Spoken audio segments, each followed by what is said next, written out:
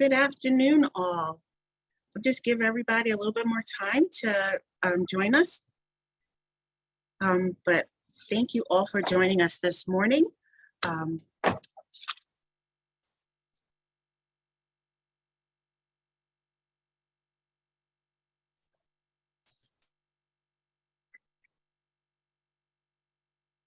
Just give another minute.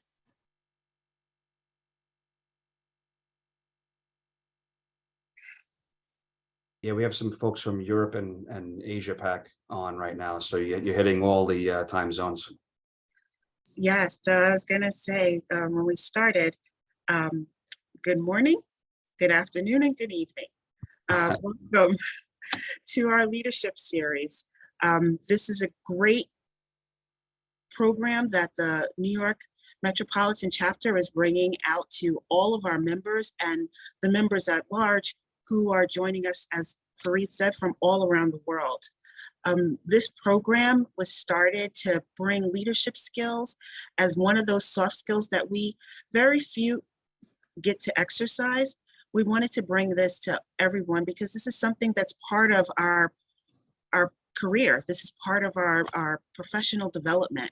And so as part of that, we've worked with Lions Pride Leadership to bring you their principles for developing others and developing people. To date, we've had 5 of these events, and they focused on the identifying, you are here, awareness, your giftedness, your character. And today we're going to be spotlighting our 6th principle, and that's on style, your leadership style. We've had some dynamic speakers that have participated in this program for us. We've had Jim Ambrosini, Nigel James, Chad Rios, and Fareed Abdelkader, who is our chapter president, who have all been sharing with us all of the things that have gone on, their journey through their leadership to get to where they are today. And joining this illustrious group, we have Ken Drinkard from New York Life Insurance Company, and he's going to share his career path and his journey with us today. We will have, in the upcoming months, we will have the last 2 principles, and the next one is going to be on motivation. Today's agenda is going to be, we'll start off with discussing what is the style leadership, and that will be done by Chad Rios. And then we'll go on to have Ken talk to us about his past. And then we'll have a panel discussion talking about this leadership style. So I will kick this off to Chad. All right. Thank you, Tina. I'm excited to be with everyone today, and we have a treat for you with Ken Drinkard. He's going to share an amazing journey. About a week or 2 ago, I had the privilege of spending some time with him and Fareed and a few of the board members to kind of prepare for what we're going to share today. And I just want to let you know, get ready, because he's going to share some amazing journey, tremendous wisdom. And you know, as Tina was sharing, when we were talking about the 8 steps to developing people, she walked you through the different steps.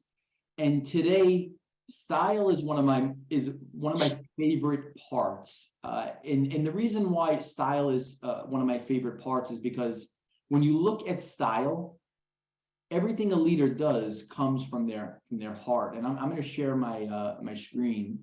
So let me just bring that up. All right, I think we can see that. You should be able to. Okay. So style is all about people.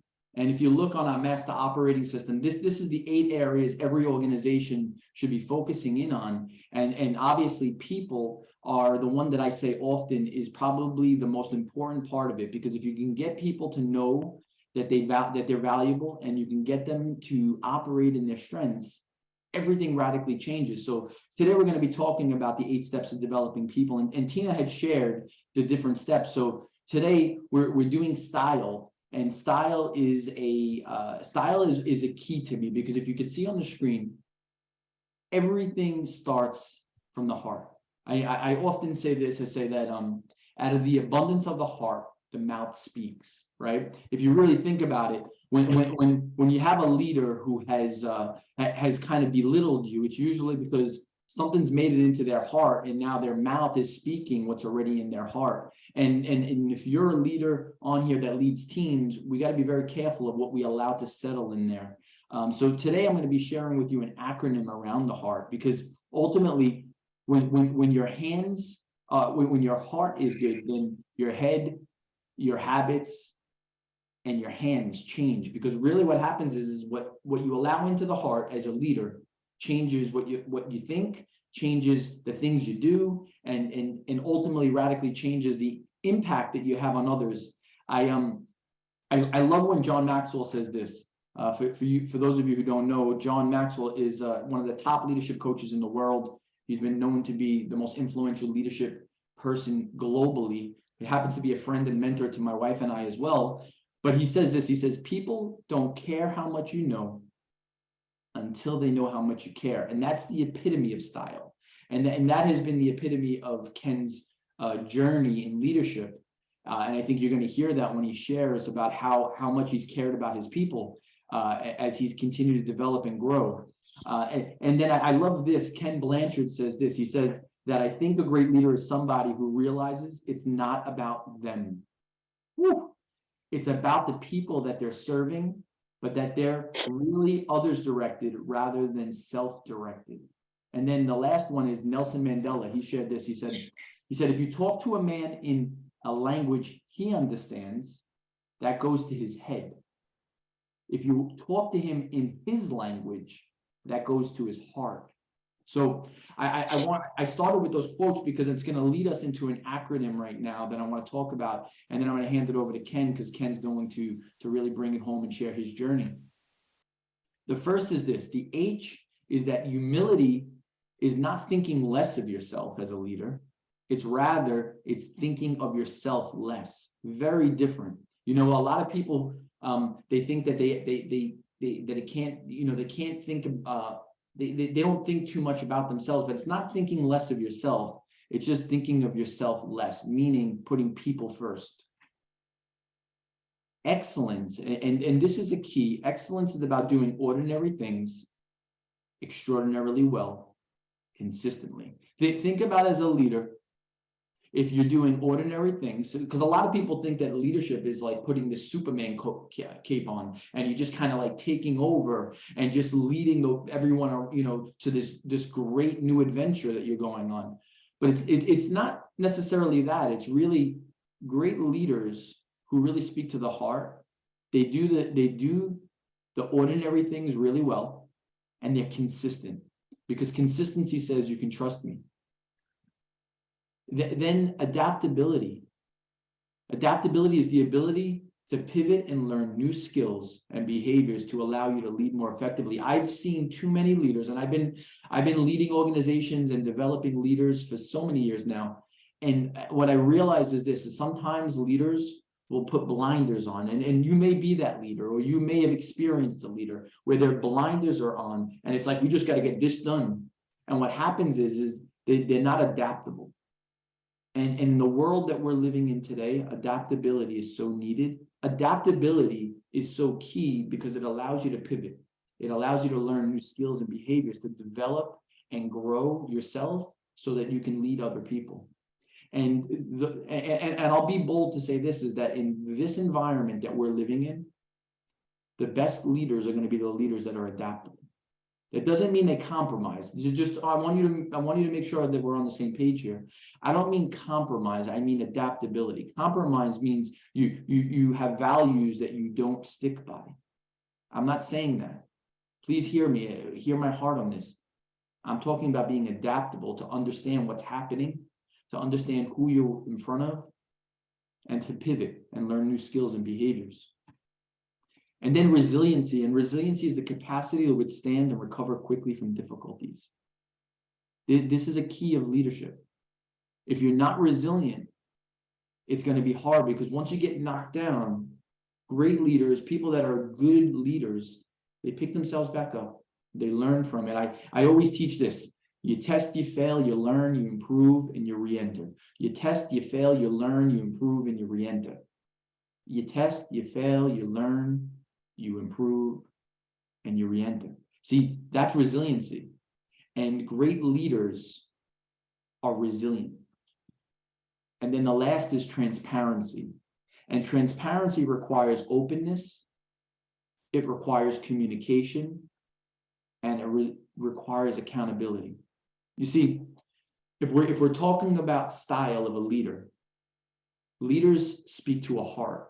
Leaders use these heart acronym to make a positive difference in other people. And I just wanted to give you something today, because I know Ken is going to be sharing his journey, and a lot of what you're going to see here, he kind of touches on maybe different language, different ways, but he's going to talk about a lot of that. And just understand this, that everything you want in your career, everything that I want in my career, everything that Fareed and Tina and the board at ISACA wants, everything we want is in us developing ourselves so that we can grow into it. You see, I love when John Maxwell says this. He says, everything is uphill.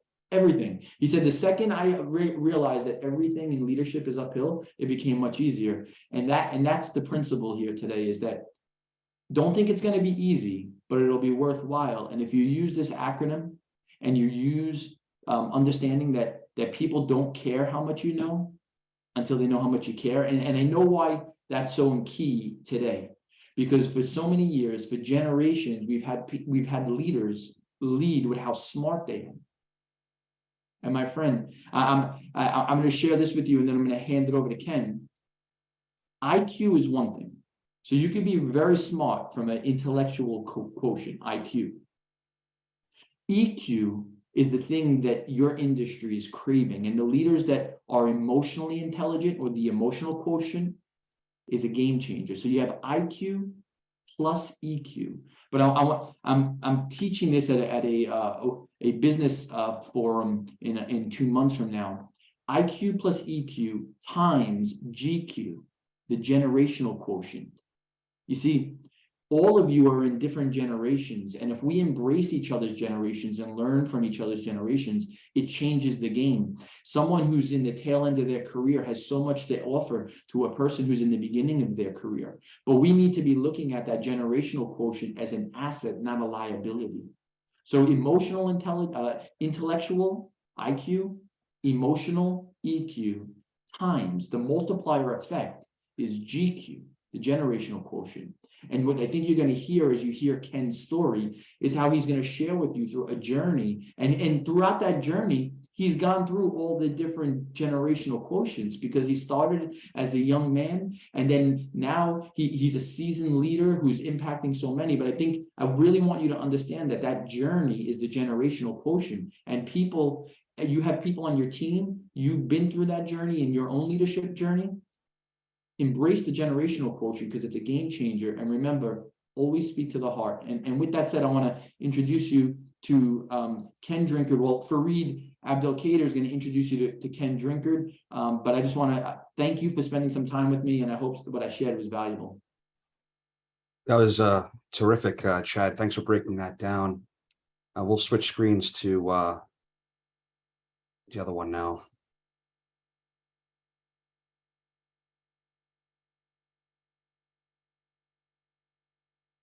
We get Ken's screen up.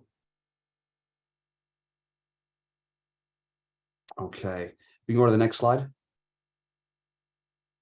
So everyone, just wanted to break the news. If you didn't see it in the newsletter this morning, out of 217 chapters around the world for ISACA and over 165,000 members worldwide, we won the 2023 Innovative Chapter Program Award based on this leadership series. It's a huge, huge accolade, and now an award-winning program. Unbelievable. And there's no one I'd rather celebrate this year with than someone that I've worked very closely with since 2018. I came across Ken. Ken was a client, and I started to see from the outside what kind of leadership style he had, and he was able to adapt across the lines of defense in a way that was uncanny. Really able to connect with people on a personal level, on a work level, and able to, he had a finesse to him, a different type of leadership style than I've seen in the past. It was something that really intrigued me. And as you guys all know, I was in management consulting for 17 years and made a major move about 4.5 months ago. And I shared that journey on LinkedIn and through the newsletters that you receive every month. And came across Ken, big military background, went through every step of his career to end up where he's at now as a general auditor, the chief audit executive at New York Life, but has played in virtually every line of defense throughout his career. Very impressive, a lot to learn. I'm looking forward to this. I'm amped up right now. Ken, I know you're going to walk through your career, so I don't want to overdo it here, but congratulations and thank you on behalf of the chapter of taking your time to step through your journey. Thank you. All right. So first and foremost, thank you, ISACA New York chapter. This is an honor. I feel privileged to have this opportunity to come and share my story with you. Chad, Fareed, your words are too kind. I hope I don't disappoint.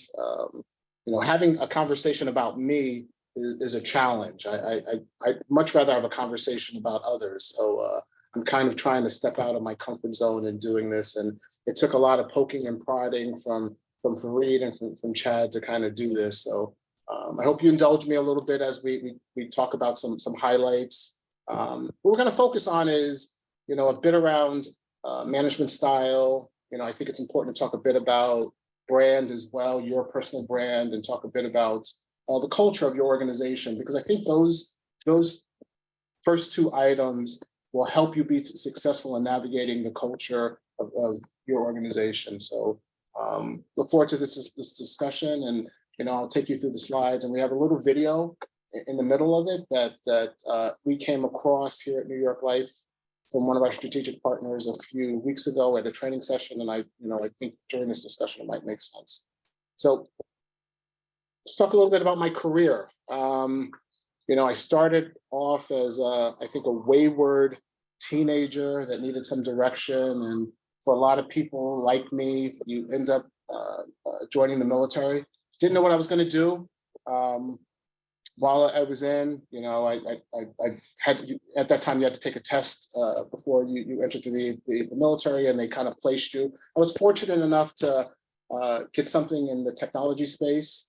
I stayed in the Army for 6 years. I'm very proud of my service.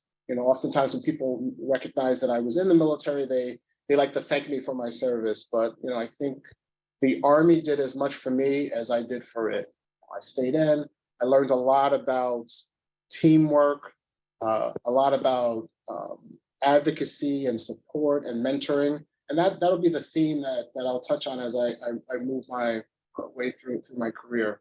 I ended my career as a sergeant, and I actually made sergeant pretty quickly. It was within 2 years. And that really speaks to the supporters I had, the people who helped me as a young man kind of figure out, the minefields and what I needed to do to get promoted. So very thankful for that. And it's something that I've carried on with others as I've come in contact with them through the rest of my career. I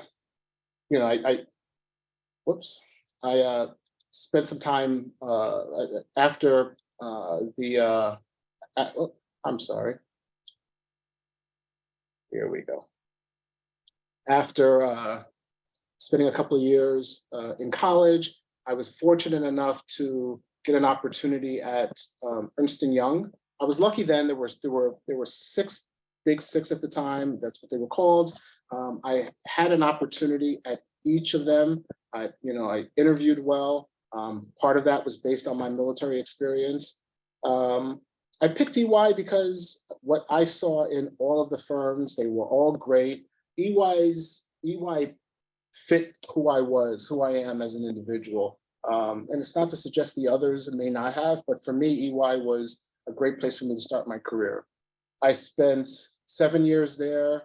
I learned a lot about building my personal brand, how to show up at work, how to be a professional, the importance of teamwork, and honestly, the importance of FaceTime. And I think in this world we live in, with this flexible work environment, it may be a concept that's somewhat lost, but it's important. I got a chance to get in front of some senior people, have conversations with them, and I was able to get placed on some, prestigious accounts. And it was good. It was good for me at the time, and I was very thankful for the opportunities. But what oftentimes happens when you're in management consulting, public accounting, is you get burnt out. And I got a call from a recruiter at one of those lulls when I was feeling extra tired, that talked about this opportunity at this Fortune 30 company, and it was Pfizer. I jumped on it. It was positioned to me as an opportunity to travel the world and potentially move out of audit, which was something at that time I was interested in doing. I spent 2 years at Pfizer. I got a chance to travel the world. One of the things I learned in that experience is, I gained a better appreciation for the diversity of different cultures. I had not traveled much, even while I was in the military, but to go and gain an appreciation for working with people who had different work styles and a different way of thinking was something I greatly appreciated, and I think I benefited from. I spent much of my time while at Pfizer in Japan. There was a big, facility there, and it was something that required a lot of audits attention.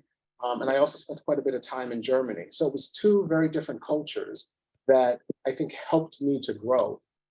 But I will say, and we'll talk about culture a bit, is that it didn't quite fit me. I'd been primarily working in the financial services space at EY. It was a space that I knew. It's the language that I spoke.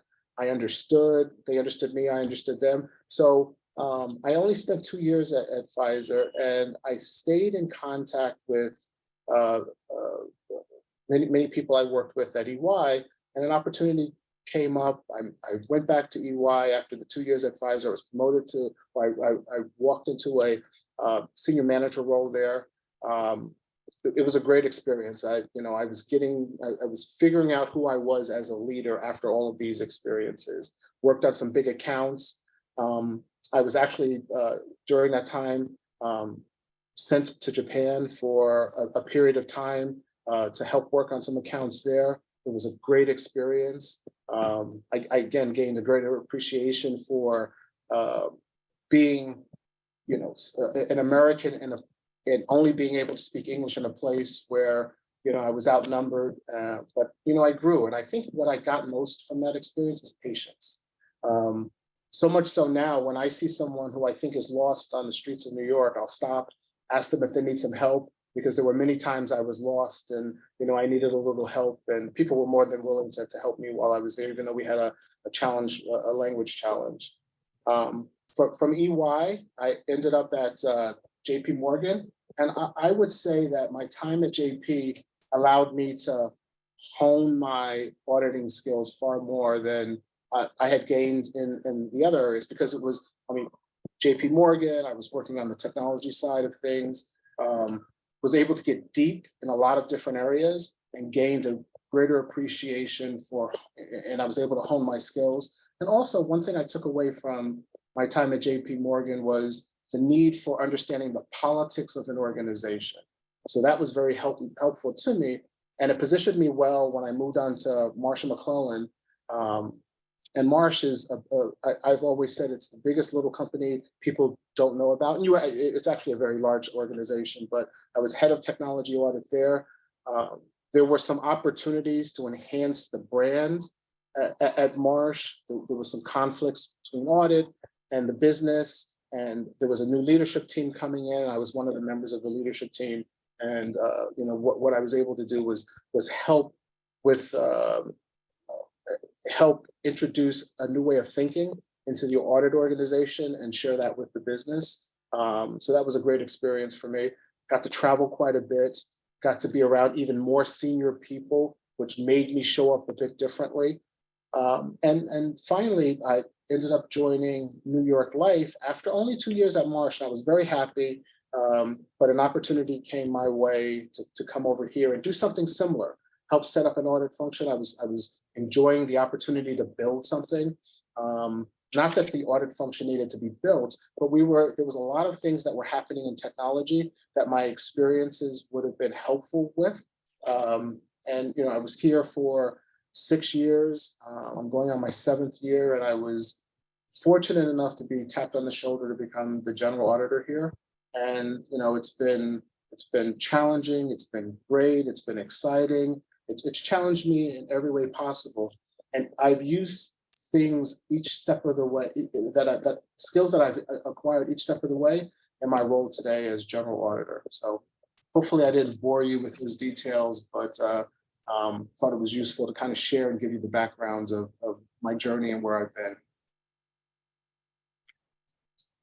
Moving on to the next slide. I'm not going to speak to this slide. These are examples of 6 leadership styles from Goldman. When I looked at this and I was working with Freed to build out this slide. One of the things that caught my attention is throughout my career, I've been each of these kinds of leaders, but I'm comfortable, I think now more, that I'm more like, the coaching, the affiliative, and the democratic leadership. Those are the styles that fit me comfortably. But what I will say is there are times when you have to flex as a leader to and leverage different skills. Chad mentioned this earlier. You have to flex. A leader has to flex and pivot and know when you have to be that commanding presence. Know when coaching is required. Know when you have to think outside of the box, and know what your limitations are and when you need to bring people in to help you think about things a little bit differently. But these are, I think many people in senior roles will say at different times in their careers, they've had to leverage different types of leadership styles.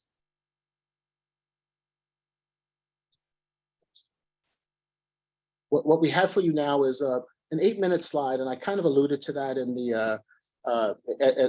the opening. It was something that one of our strategic partners shared with us, and I think it speaks well to some of what we're talking about. So enjoy the 8 minutes. We really did when we got this slide when we got this presentation at New York Life and the corporate audit function.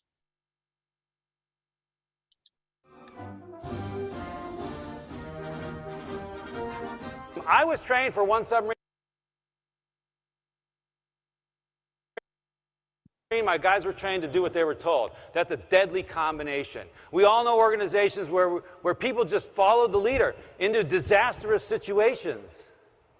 So I got my guys together and I said, hey, we got a problem here. I was trained for another submarine. You're trained to do whatever nonsense comes out of my mouth. That's right, Captain. I mean, they knew. They already knew. I was pretty much talking to myself. So I said, what are we going to do? What are we going to do, guys? And we talked about it. Okay, what I really wanted to do was get ready for the inspection. But we were sitting in the wardroom. We spent a couple hours. We were talking about it. And we came up with all these different things. And, well, Captain, you just got to be smarter. You got to give better orders. It's like, well, how am I going to learn a whole nuclear submarine, miles of valves and pipes? I spent a year learning Olympia, 2 weeks over here. So in a year, we'll be safe? That's not going to work. We had to deploy the submarine in 6 months. So we talked about it, and they said, okay, there's only one logical solution. We figured it out. You, they're pointing at me, you shut up. And I thought about it, and you know what? They were right. So at that point, I vowed never to give another order. And if you came down on my submarine, it would have been very confusing, because you couldn't have pointed. It would have been hard to say, well, who's the captain here? Because you wouldn't have seen me giving orders. I did retain one order. The final order to launch a weapon, a torpedo or a missile, I kept with me, because I felt that since that was going to result in the deaths of other human beings, that I didn't want that on anyone's conscience but mine. That was my moral and ethical responsibility. But even though everything else in the Navy, there's long lists of things that says the captain has to authorize. Captain should authorize. You got a couple nukes in your group, they'll tell you it's true. Captain authorize, submerge the ship, get underway, start up the reactor, shut down the reactor, connect to shore power, divorce from shore power, on and on, break rig for dive, on and on and on, pages of these things. I just refuse to give those orders. What we replaced it with was intent. Instead of giving instructions, if you want your people to think, don't give instructions, give intent. So they would come to you, hey, what do you want me to do? Well, left full rudder, steady course 255. No. I say, well, what are we trying to accomplish here today? Well, we're trying to get in position so that when the enemy submarine comes through, okay, so where do you think we should position the ship? Maybe over here. Good idea, go there. You give intent to them and they give intent to you. So my officer stopped requesting permission. And every other submarine, Captain, request permission to submerge the ship. Submerge the ship. Submerge the ship, aye. On Santa Fe's, Captain, I intend to submerge the ship. Very well. And they did it. And it might seem like it's a very small, nuanced change of language, but it was hugely powerful because the psychological ownership now shifts to them. They need to discover the answer. Otherwise, you're always the answer man. You can never go home and eat dinner. And so we started doing this. And it was hugely powerful. Actually, we went another step. Then I got smarter and I said, when the officer said, Captain, I intend to submerge the ship, I would ask him, well, what do you think I'm thinking right now? And he'd look at me, hard to tell. I'm guessing you're wondering whether it's safe. Bingo!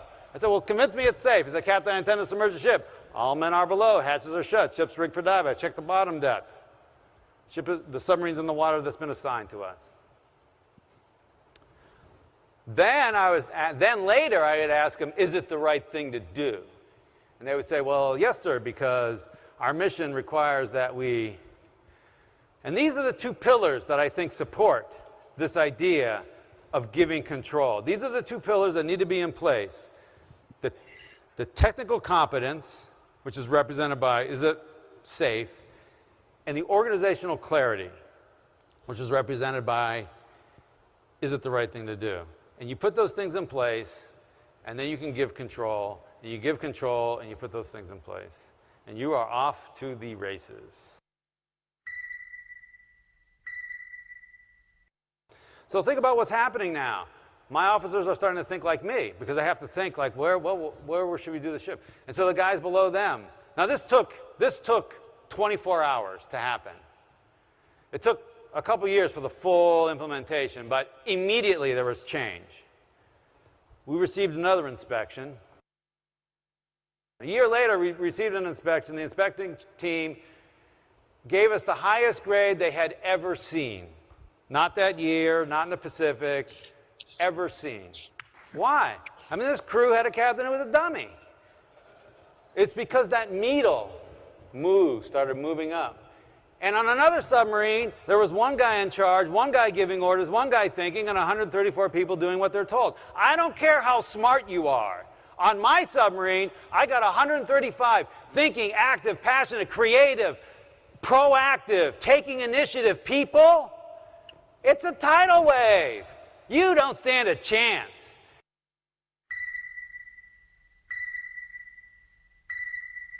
Here's the solution. Move the authority to where the information is. You mean the software engineer can decide whether we ship the software? Yeah.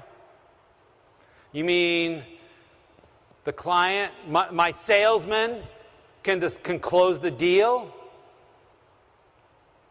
Well, up to $1,000. No. Yes. Whatever the price? Yes.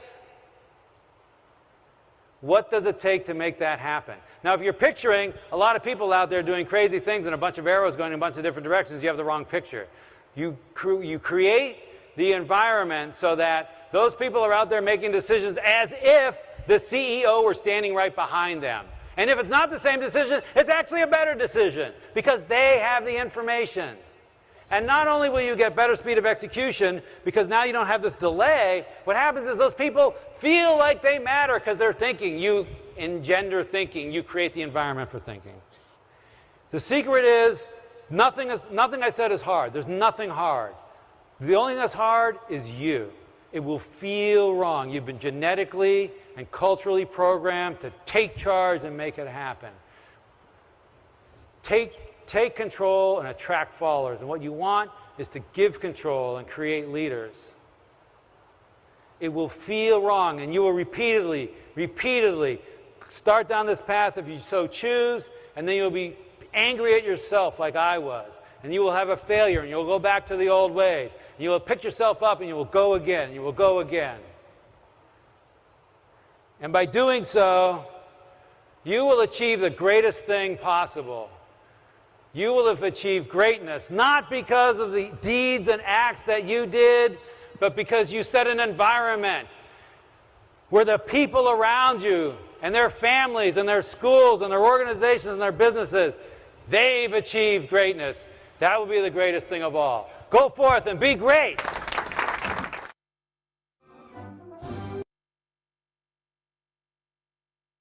So I hope all of you took away from that what I took away from it the first time I saw that video. And I saw it a few weeks ago, then I saw it again. This is the third time that I've had the opportunity to see it. And I really appreciated the simplicity of it and the challenge of it. It's something that I've taken to heart, and we're going through a bit of a paradigm shift here at New York Life. And I think the lessons that come out of that video are things that we're going to try to apply here as well. But I ask you, to take some time and think about the lessons that video tried to share. Hey, Ken, So another important aspect. Ken, there's a question that came in. Just want to make sure it's interactive as you asked for earlier on. Yeah. A question came in: is it fair to expect more mishaps with additional downstream empowerment? And how do you balance empowerment and accountability?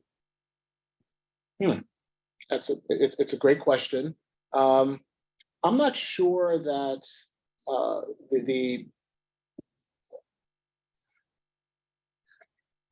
think there would be trial and error in that, because you're asking people who aren't used to making decisions to now make decisions, right? I mean, I think me as someone with the years of experience I make mistakes along the way. I think Chad kind of talked about that earlier. I've learned more from my failures than I have from my successes. How do you balance empowerment with accountability? I don't know. I think it's going to depend on your individual organization. I think for me, it's I think when people feel empowered, there's almost some connective tissue that occurs where they feel accountable. But I think it's part of a conversation that you should have with individuals. Thanks for that, Ken. That was well said. And there's another one that came in. How do you implement a democratic style of leadership? I think it depends on your organization. I think, and that's when we're going to talk a little bit about workplace culture, understand what makes sense. I don't think it's easy, but I think what you do is be intentional about it. You ask people what they think.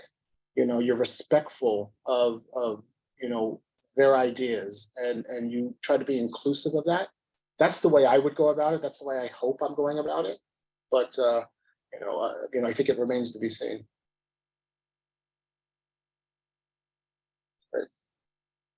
So I think that leads nicely into having an appreciation for workplace culture. I kind of mentioned when I was, when I spent my time at Pfizer, it not feeling right to me, so there was nothing wrong with the company.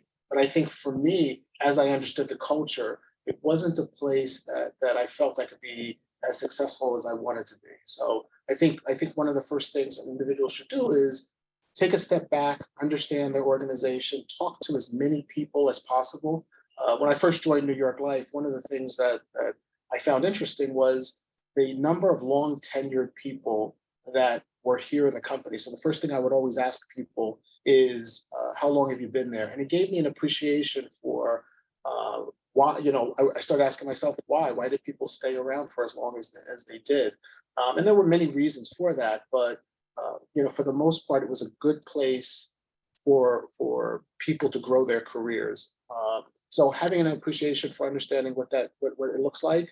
And one of the things I used to say to people, and I think it allowed me to fit in better or quickly, was I only know different, I didn't know better. And I think a lot of people had an appreciation for my style when I said that, and it allowed me to be authentic to them.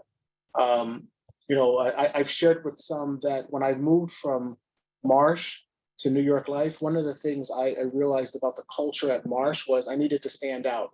I did something as simple as, I wore a tie to work, and it allowed me to come across a little differently in meetings. I showed up to work my first day here at New York Life, and I realized no one looked like that, and they were, much more casual but still professional. And I realized it was more important for me to fit in. So right away, I took off my tie. It was a feeling and a sense of the organization I got early on. So it's something that I share with others. Really understand the organization, understand what's important, the fitting in or standing out, and having appreciation for the culture.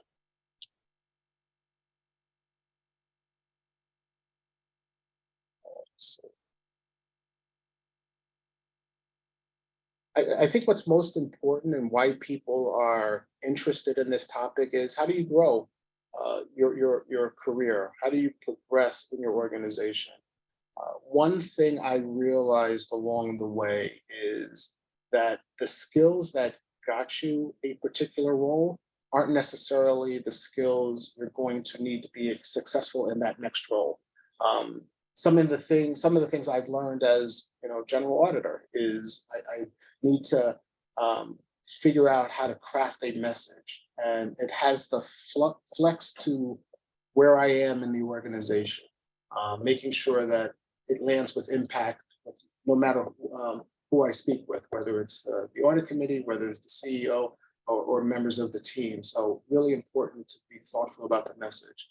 I've realized I have to know the details without being into the details. So that's been a new skill that I've had to develop, and also being more self-aware how I'm showing up, what I say and the weight that it carries. I think no matter where you are in an organization, I think you have to be thoughtful about what is needed to be successful, because what got you there may not necessarily be what you will need to continue to be successful as you progress. Brand. So I'm not going to go through all of these, but I think what's most important is your brand, and it's something that my team and I were talking about this a couple of weeks ago. Something that is hard to build and easily impacted. So your brand is developed over years. The relationships you cultivate with your peers and with your stakeholders. It's how you develop these trusting relationships. Really important, though, to recognize that your brand could be negatively impacted by doing something that's counter to what your core values are. So be mindful of that, and it'll take you a long way. I think it's important to understand how could you potentially change your brand, the perception that others have of you. I think you have to be aware of what others think of you. So maybe asking for some feedback around, what people think about you, and find somebody who you trust, who will be honest with you. It's hard to tell somebody something that might hurt their feelings. I think generally we're nice people. So, I think finding that person that's going to tell you, I've used the phrase, part of my job was always telling people their babies were ugly. I think, that's from an audit perspective, but finding that person who can honestly tell you how you're showing up. Be intentional about the development of your brand and how others see you and perceive you. Be intentional about that, be thoughtful, and be protective of your brand. As I mentioned earlier, it's too easy to diminish what has taken you so long to build. So, just tying all this together, really having a greater appreciation of your leadership style, understanding your organizational culture, and does your style fit into the culture of your organization? I know coming here, I couldn't have a dictatorial style and fit in and do well as a leader here, because it wouldn't work. That's not the kind of company I am at today, nor has it been the kind of company I've worked at in the past. And making sure you're aware of what your personal brand is. Again, asking questions and from people you trust, maybe get some anonymous feedback and help leverage that so that you understand how you're showing up. So there's another question that came through. How do you balance innovation and the status quo when leading others? That's a great question. Something that we've done recently here is hire a head of audit innovation. And that role is really to challenge how we do things and bring a different way of thinking. And we were intentional about the hire. We wanted someone who was not an auditor in the past, and who was someone who had been part of organizational change. So they were bringing something a little bit different to the table. So there's hope that that's going to help us balance innovation and challenge us on how we're doing things. And Ken, because of time, we could do is we could actually take the next couple of questions after your presentation panel with Tina. Okay, so we are there. Just wanted to leave you with some parting thoughts. And one of the things I think resonated with all of us is the one in the left bottom corner. If you want to go fast, go alone. If you want to go far, go together. So I think that concludes my comments. I'm going to turn it back over. Fareed? Sorry, I was on mute. Yeah, so Tina, Chad. All right. That was awesome, Ken.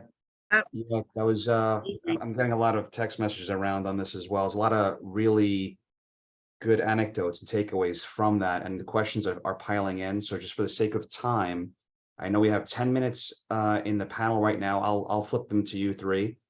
Tina Backus, as you guys all know, is not only our treasurer, but she's also the head of audit at the Port Authority. Chad Ray is our partner in leadership. Ken Drinkard, as you all know and heard from, amazing leader's leader. He's at New York Life. So just a few questions that came in. I'm going to push them around and keep the questions coming. We have 10, 15 minutes to go through this. And then with the remaining time that we have, we will talk about the next leadership principle. And don't forget, there's an SLT kickoff tonight at 5 o'clock, and we'll present on that as well. So how do you pass down empowerment leadership styles to the leaders that report to you? Has this proved successful from a top-down perspective? Now, Ken, I know earlier on you mentioned that there's a little bit of trial and error, but if you had to implement this for the first time, what would be your approach? Obviously, you don't want there to be havoc, people making decisions without having control, and things kind of getting away from you as a leader that could be perceived wrong. So how would you get about it? And then kind of want to hear a little bit from Chad and Tina. It's a really good question that came in. So Fareed, I would say, and thank you for the question, I would say there is a bit of trial and error. I think we, and Fareed is aware of this, we've stumbled around a little bit around what are the guardrails we need to provide our leaders with to know what are appropriate decisions. I will say there are no third rails, right? One of the things I've shared with the team is, for me, my personal style is any decision you make, whether if it's different than mine, it's a coaching opportunity. The absence of a decision I struggle with. So that's the way I approach it. I give them guardrails, and we coach them along the way. I don't know if there are any other thoughts. Yeah, I would agree with that. When it comes to, especially when you're dealing with new managers, You're dealing with new people that are coming into an organization that has to understand the culture. One is giving them an opportunity to first get an understanding, providing them with as much documentation that you guys have when it comes to like what your processes are and your procedures are, but giving them that wiggle room to actually come into what they want to be perceived as, how they want to continue to grow and get their group to work. Because no one wants to be micromanaged with everything that they do. And that actually stifles leadership, right? So you want to have people develop, come out with how they want to be perceived, and use that as their guide rails, give them the rules of the road, but let them have their leeway to go through and tell them that failure, if a failure occurs, like Chad said earlier, test, fail, repeat, and keep on going forward. You have to give them that space so that they can make those failures and grow from them. And just have like awareness of it, right? Because I think that's the major thing, is having awareness of things that are occurring around you. That's a really good point, Chad. Anything you want to add to that, and any resources you'd recommend on that specifically? Yeah. So Tina, you said something very powerful. You got to give them the space. And if I can go back 18 years ago, 20 years ago, when I first started in business, I realized that I was operating at a tremendous insecurity for me personally. And because of that, I wanted to control every aspect of the process. And what I did is I quenched the leadership ability of others. I micromanaged everything. And what I've learned over the years is this, and I'm going to share 3 tools with everyone today that you could apply immediately. The first is it's the 10-80-10 principle. Great leaders want to be involved on the front end and on the back end. Great leaders give clarity of where we're going on the front end. That's the 10% on the front end. They empower decision-making and action. That's the 80%. And then on the back end, the bookends of success on the back end, before any major rollout happens, they just come in to make any minor tweaks to make sure that there's clarity. So that's the first tool that we use when we're coaching people, is the 10-80-10 principle, because it allows a high level of predictability without having to micromanage the whole process.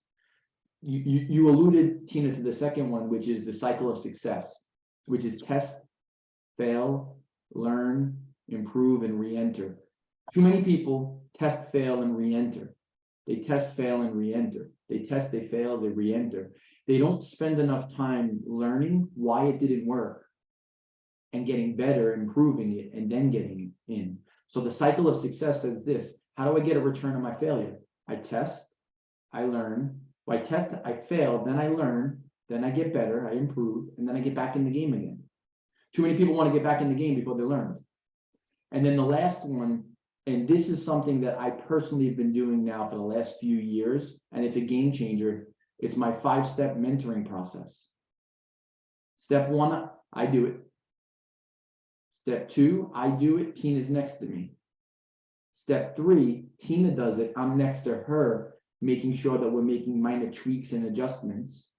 Step 4, Tina does it. Now we've successfully transferred what I was doing to Tina.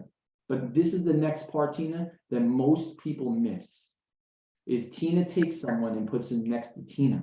That's where multiplication happens. So those are the 3 tools that I would say, if we really want to be able to empower people, if we use those 3 tools, it's a game changer, because it'll really equip people to move forward. A lot of people want to, but they don't have the skill set, or they don't have the tools to do it. And I just shared 3 tools that can really make a major impact in your leadership. That's amazing. There's going to be a regroup in the next couple of months. Please, we'll take note to bring that in. That was really impactful. Thank you for that. Looking at the time this question came in, I think this was meant for Ken. What actions are you taking to ensure that you continue to grow and develop as a leader? Yeah, it's a great question on that. I take a bit of my own medicine. I actually, when I transitioned into this role, I took advantage of a CAE transition lab, and through that lab, I got feedback throughout the organization that was helpful for me. And I also got a coach that went out and spoke to different people throughout the organization, people who knew me, who had a contact with internal audit, understood the role that I was stepping into, and they were able to give me some, I was able to get some really good feedback from my coach to help me develop. So I've been focused on some of the things that were shared with me. And I think it makes sense to continue that down the road. You know, if I'm privileged enough to still be in this seat in a couple of years, I'll have a coach come back in and do the same thing and give me some more feedback. I found that really valuable. It hurt hearing some of the feedback wasn't great, but you know, it was good for me. Yeah. That's great. And just what your thoughts are as a panel on this. This is actually interesting. Someone put this in. Another way to state test, fail, learn, and this is alluding to what Chad was mentioning from the John C. Maxwell principles from the military, is plan, execute, debrief. Now, I'm not sure if you guys have anything to share on that in terms of maybe what you've seen with your teams, with leading others in that way. I know, Chad, after your training sessions, you always have a debrief no matter what it is. Yeah. You want to speak to what that is, and Tina, chime in behind that? Yeah, I mean, Fareed, we always block out time after. So like, I'll give you an example. As a leader, if you're putting time in hours on the front end to plan, you would be literally committing career suicide without putting time in on the back end to debrief. So whenever we put time in for something, we always put time in at the end of it to look and say, okay, what worked, what didn't work, how can we get better? Let's get back in the game. I think too many people are moving so fast. And listen, I know it because my calendar's jam-packed like many of yours. But if you don't put time for the reflection to go back and actually look at what you did, then all you're doing is just kind of like a hamster on the wheel, just running. Very tactical, yeah. You gotta technically block. You gotta block the time out in the calendar, and not. You gotta do it before you put yourself in the situation. So block the time out before you even get into this scenario or the situation, so that you have the time to analyze it and reflect. I'll agree with you, Chad. You know, doing that without having that self-reflection is an unsustainable thing. You know, you're never going to perform the way you want to. You're never going to see your performance excel, right? Yeah. So, you know, one of the things that I always say is I'm very much about the success board and then what we can do better.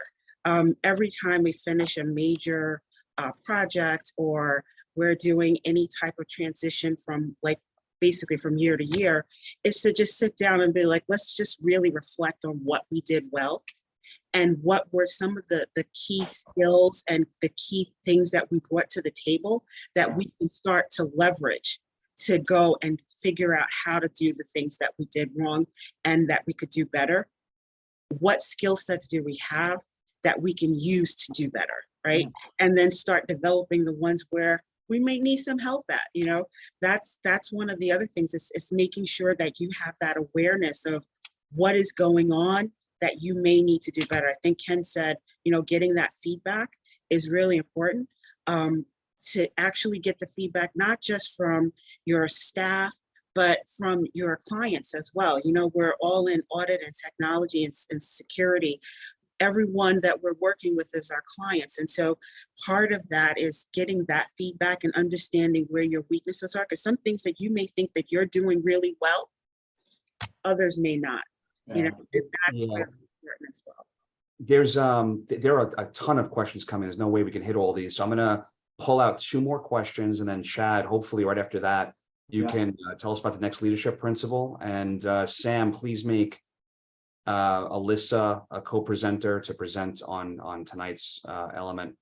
So a question that came in, and I think, Ken, this goes to you and Chad, because you guys were talking about the leadership transfer. What are the steps you have or had taken to transfer to others to think the way you shared?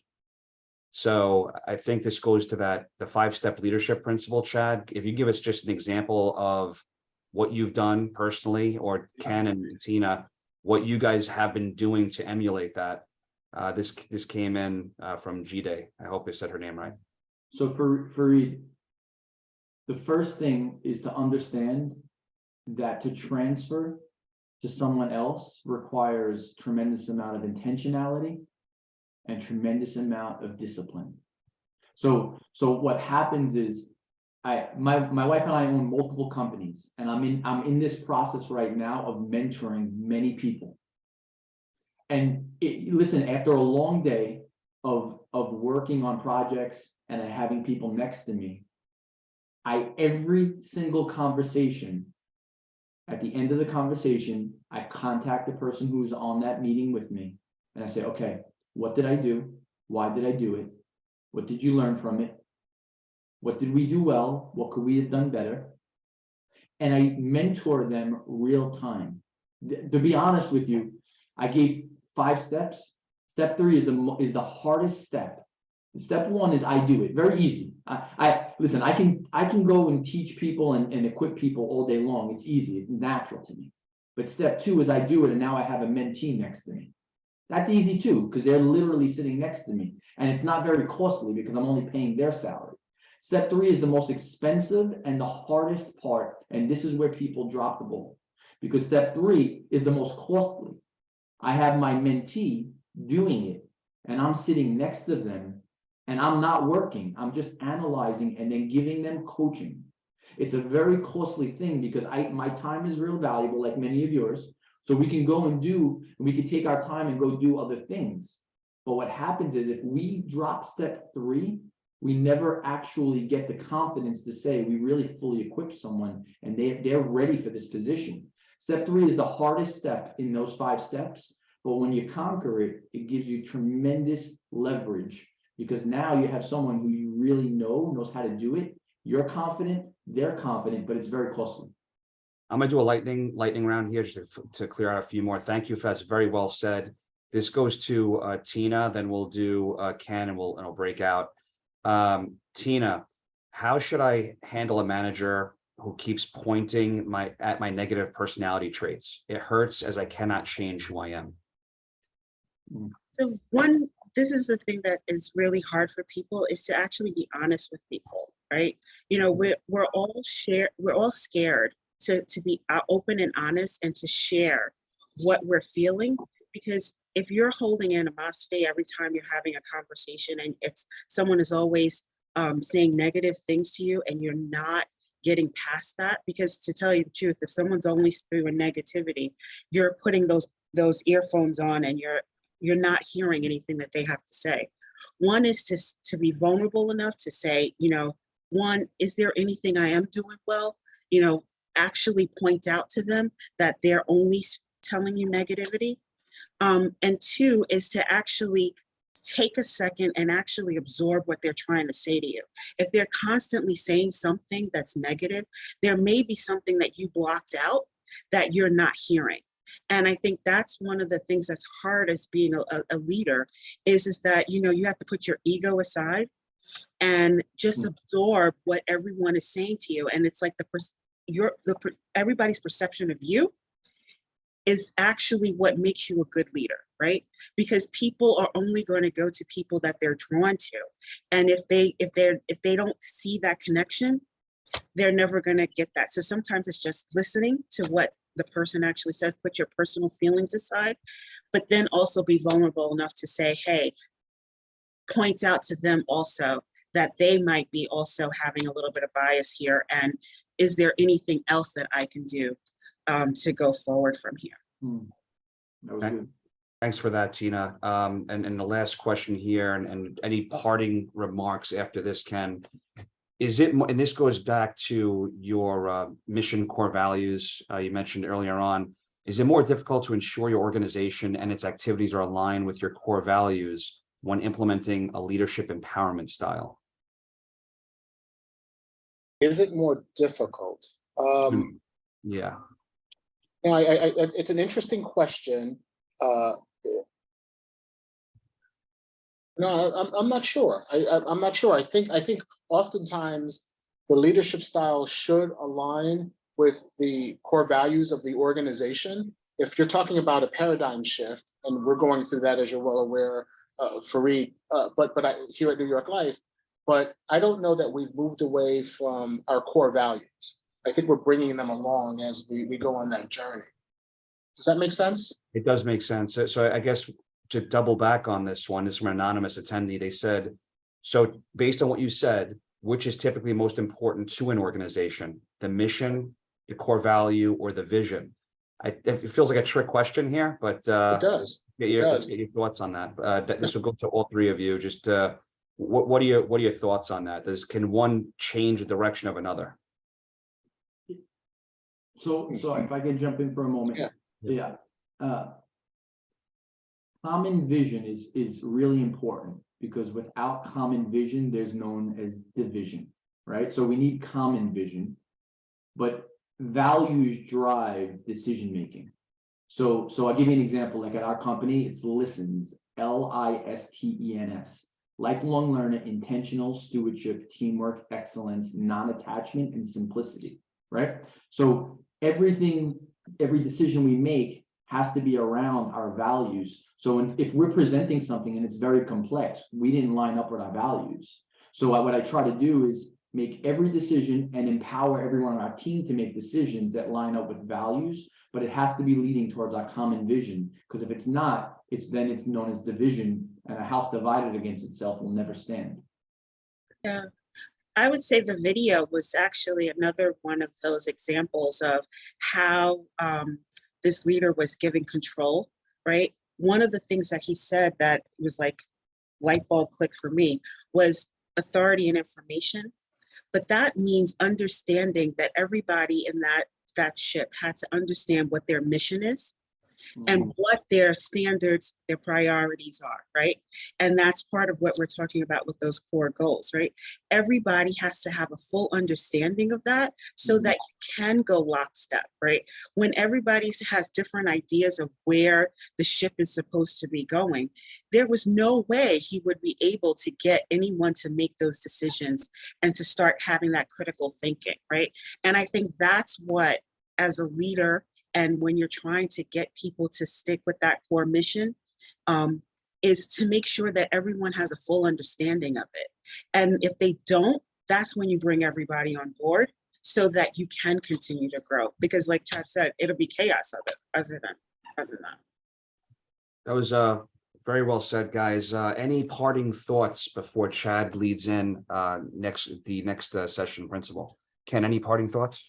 I really appreciate the opportunity to come and share my experiences, and hopefully people found it useful. And feel free to connect with me on LinkedIn if you have any additional questions. Thank you both. Thank all of you. Thanks for coming on, Ken. Chad, Tina. I would say, thank you, Ken, for your presentation. It was such a great presentation. And one of the slides that I think that was really impactful for me was your slide on the humility, excellence, adaptability, resilience, and transparency. I think those things are something that, it's a thing that you have to continually exercise all the time as a leader. And, sometimes we step away from them, especially when we have a goal in mind and we're trying to march ahead and get everything accomplished. And I think those are the things that I think, from everything that was said today, I think, besides Chad, every time I talk to Chad, I come back with a nice jewel of something to take back to the shop. But I think those are things that, especially when we're talking about your style of leadership, that those are things that we should make sure that we exercise in everything that we do, in our intentionality every single day, because that is what's really going to make us great leaders. Yeah. Tina, you're crushing it as a leader. I love the growth. Thank you. Ken, you said something that I think is really powerful for everyone on the call. You said, and I have it on my iPad. So you said the skill that got you the role isn't necessarily the same skills to get you to the next level. And I think too many people get stuck in becoming one person, and then they play that role 1,000 times in their career. Really, the key to leadership is growing and developing day in, day out. Leadership is not it's not a lifetime thing. I mean, it's not, a daily thing. It's you got to be growing over your lifetime. And I think that's so key, because some people get stuck in like, oh, this is what I do. And instead of like, who am I becoming? So that was really impactful, and I think that was one of the greatest things I think that you said. At least it hit me really well. So thank you for that. Thank you all. Chad, if you want to present on that next principle, and then we could have Alyssa speak to the SLT tonight. Ken, thanks for presenting today. It meant a lot of good takeaways, some good web gems. Thanks, Tina, as well. Yeah, Fareed, I'm gonna bring up on my screen right now, just quickly. Hold on 1 second. Because I know that, well, you know what? Let's stop sharing. There you go. So for those that ask the questions, we're going to be, Tina, we're going to be giving them access to Unleashing the Lion, which is a monthly mentoring with myself. Every month we jump on and we do a different leadership topic, and then we open it up for some questions as well. But so Tina, you can, I guess you and the team will get that out to everyone. But the next session is on motivation, and why motivation is so key is not every person is motivated by the same thing. And, you know, right now we're living in an environment that so many people have different motivations. Some people want work, you know, they want hybrid work environment. Other people want to get paid more. Other people need just to be known that that what they do matters and they're recognized for what they do. Motivation is a key to developing people. And the best leaders understand what motivates the people. So if you think that everything is motivated by dollars, then what'll happen is you'll drive everything you do through the lens of money motivates people. And that's not actually, it's really interesting. Money is the 4th or 5th motivator when you look at all the studies that have been done. Not saying that it's not important, it's very important. But as a leader, knowing what motivates the people that are on your team, and quite frankly, you can't do that if you don't know what motivates you. I'm a big believer that you gotta know yourself to be able to lead others. So the next one that we're going to be doing is all about motivation and the importance of understanding what that is in your life, and then obviously how to motivate others with what matters to them.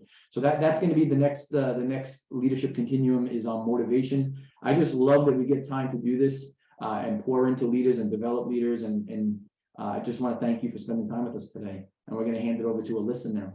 Thank you, Chad. Hi, everyone. Are you able to hear me? Yes, we can. Okay, awesome. So just quickly, Ken, awesome presentation. I loved the video. I think that really hit home the greatness piece and intent. So thanks for that. I'm going to try to share it with everyone. Really quickly tonight, guys, we have a She Leads Tech event. We've got over 300 people registered. It's going to be a great event. Judith, she is founder and lead counsel of Germano Law, and also is a distinguished fellow at NYU. She's going to be speaking to us about cybersecurity and new regulations that are coming up. It's a complimentary event, 1.5 CPE. So if you haven't already, feel free to use your phone, scan that QR code up top, and register. Registration will be open until 5:30 tonight when the event starts. Hope to see you there. The direct link, by the way, is in the webinar chat, guys. So if you click on the Zoom link, it'll be on there. So looking forward to seeing you all. Thanks, Alyssa. Awesome. Thanks, Fareed. Leadership. Thank you. Thanks, everyone, for attending. Tina? Yes, thank you all. See you next time.